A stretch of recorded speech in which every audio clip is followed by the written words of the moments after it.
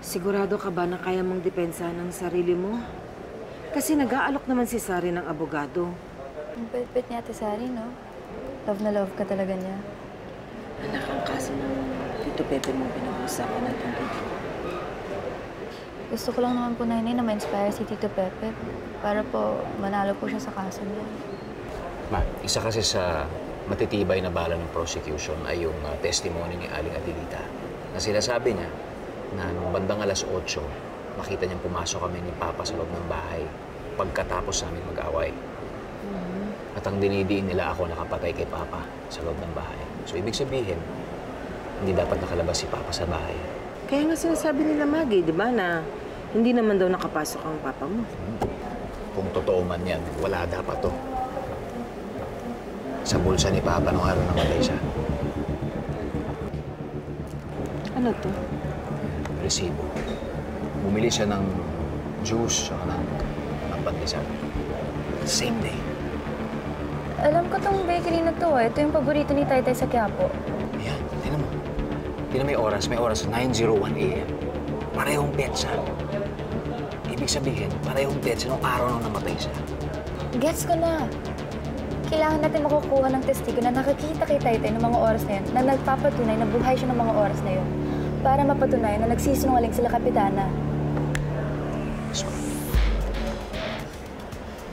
Huwag po kayo mag-alala, Tito. Tutulungan po kita. Promise, maghahanap po tayo ng testigo. Kumain ka na. Di ba? Marami akong dalang pagkain, pero kapag ka meron kang gusto mo, ipaluto, sabihin mo lang sa akin na Yes, ma.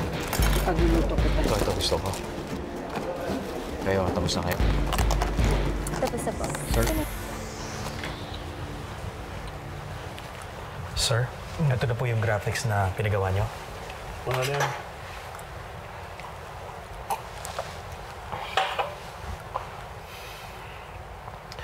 I miss your dad.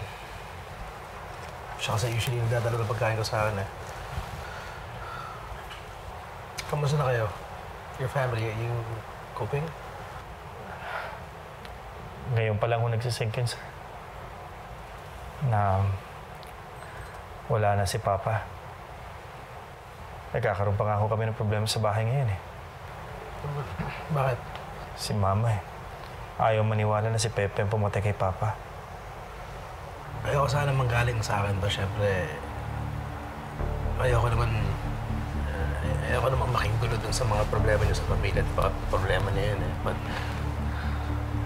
Mang Jose, naging ama siya sa akin. He really was a father to me. So, anyway, bago namatay ang papa niyo, may nasabi siya sa akin tungkol kay Pepe na gusto nga niyang paalisin sa bahay.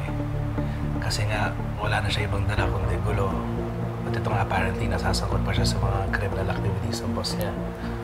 Boss? Boss Armando niya? Yung boss Armando niya. Nakasama niya ngayon sa preso. Arrested for white slavery. Itong si Pepe nakapasa nga sa bar. Eh, sino ba yung nagpaaral sa kanya? I'm sure naisip na rin ng papa niya na gagamitin ni Pepe ang pagka-abogado niya sa mga criminal activities ng boss niya.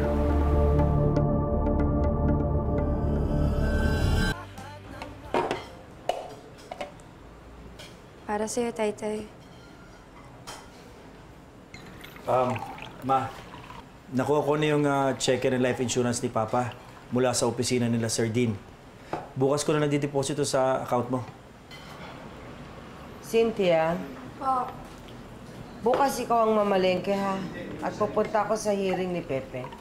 Ay, opo. Ma, kailangan mo talagang pumunta doon? Baka ma-stress ka lang doon. Hindi ka pa nga nakaka-recover sa pagkapatay ni Papa eh. Samahan ko na lang kaya kayo, Nainay. Tapos punta ulit tayo ng Quiapo. Baka sakaling may makita na tayong testigo na nakakita kay Taytay. Hoy, Lizzie. Tigilan mo yung kalokohan na yan, ha? Papasok ka bukas. Sweetie, kalokohan, Kaloy? Kalokohan ba yung umanap ng pruweba? Na mali ang sinasabi ng Adelita na yan? Mas kumakampi ka pa ba sa kanila kaysa sa sarili mong kapatid? Kaloy.